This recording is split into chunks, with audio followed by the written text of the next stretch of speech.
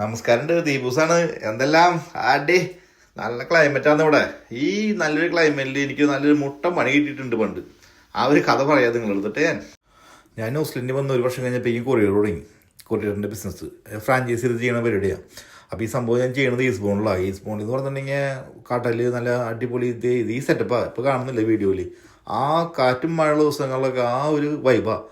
കാറ്റെന്ന് പറഞ്ഞാൽ ഒടുക്കത്തെ കാറ്റായിരിക്കും. മഴ കടലൊക്കെ അടിച്ച് കയറി ആ സെറ്റപ്പിൽ നിൽക്കുന്ന സമയം. അന്ന് എന്ത് പറ്റി, അന്ന് ഡെലിവറി കുറച്ച് കൂടുതലുണ്ടാവും. അപ്പോൾ വേഗം തീർക്കണം, ആവേശം കൊണ്ടാണല്ലോ. അപ്പോൾ ആവേശമാണ്, ചാടി ചാടി നിൽക്കണം. ഇത് കഴിഞ്ഞിട്ട് വേണം വീട്ടിൽ ചെന്നിട്ട് ടന്നമ്മലടി ചെയ്യാനായിട്ട്. ആ ഒരു മൂഡിലാ. ക്ലൈമറ്റ് കണ്ട പൂശുണ്ട്. അങ്ങനെ നിൽക്കുന്ന സമയത്ത് നനഞ്ഞ് കുളിച്ച് തവിട്ട് കൂടി എന്തിനു പറയണ്ടേ, എൻ്റെ മാതൃഭൂമി വരെ നനഞ്ഞു പോയി. ആ സെറ്റപ്പാ. ചില സൈഡ് വരുമ്പേ കാറ്റിൻ്റെ ശക്തി കൊണ്ട് കൂടും. നനഞ്ഞ് അങ്ങനെ നനഞ്ഞിരിക്കുകയാണെന്ന് തോന്നേ. കാറ്റങ്ങോട്ട് വീശം ഇത് കയ്യിൽ നിന്ന് അങ്ങോട്ട് ഡോറ വിട്ടുപോയി.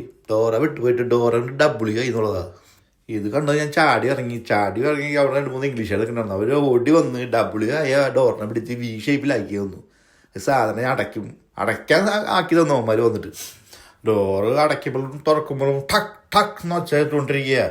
ഓരോ പ്രാവശ്യം അടയ്ക്കുമ്പോഴും ടക്ക് ടക്ക് എന്ന് കേൾക്കുമ്പോൾ നമ്മുടെ ചങ്കിടന്നിരിക്കുക. ഞാനിങ്ങനെ ഒടുക്കത്തെ വണ്ടിപ്രാന്തനും. നിങ്ങൾക്കറിയാലോ വണ്ടിപ്രാന്തമുള്ളൊരവസ്ഥ. ഇതെല്ലാം കഴിഞ്ഞ് നമ്മളിത് മറക്കാൻ ശ്രമിക്കുമ്പോൾ ഓരോ ഡബ്ല്യു മക്കളും ഒന്ന് ചോദിക്കും, എന്ത് പറ്റി.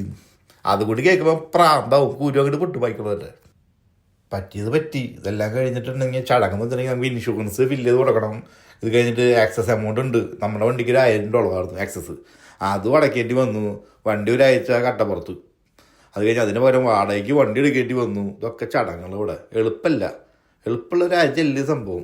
പണിയെടുക്കാണ്ട് ജീവിക്കാൻ പറ്റില്ലെന്നേ. ഒരു രാജ്യം മറ്റോടത്തെ രാജ്യം. എന്താ പറയുക ഇതിനെ. എൻ്റെ അവസ്ഥ മാത്രമല്ലെന്നേ, എല്ലാവരും അവസ്ഥ തന്നെ. എനിക്കോ പറ്റിയത് പറ്റി. നിങ്ങൾക്ക് ആർക്കും ഇത് പറ്റാതിരിക്കട്ടെ. അപ്പം ഈ കാറ്റും മഴയുള്ള ദിവസങ്ങളിലൊക്കെ അത് സൂക്ഷിക്കുക.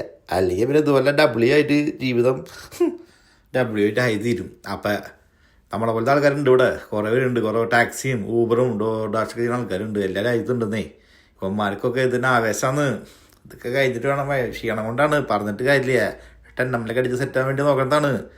അപ്പം അങ്ങനെയുള്ളവർക്ക് ഈ വീഡിയോ ഒന്ന് അയച്ചു കൊടുക്കുക. ഒന്ന് സൂക്ഷിച്ചോട്ടെ, അല്ലെങ്കിൽ ജാതി പണി കിട്ടുന്നു. അപ്പം എങ്ങനെയുണ്ട് കഥ? ഇഷ്ടപ്പെട്ട എല്ലാവർക്കും ഇങ്ങനത്തെ കഥകൾ ഇനി ഉണ്ടെന്നേ നമുക്ക് ഇടാന്ന് പറയുന്നതായിട്ട്. അപ്പം എല്ലാവരും ഹാപ്പി ആയിട്ടിരിക്കട്ടാ.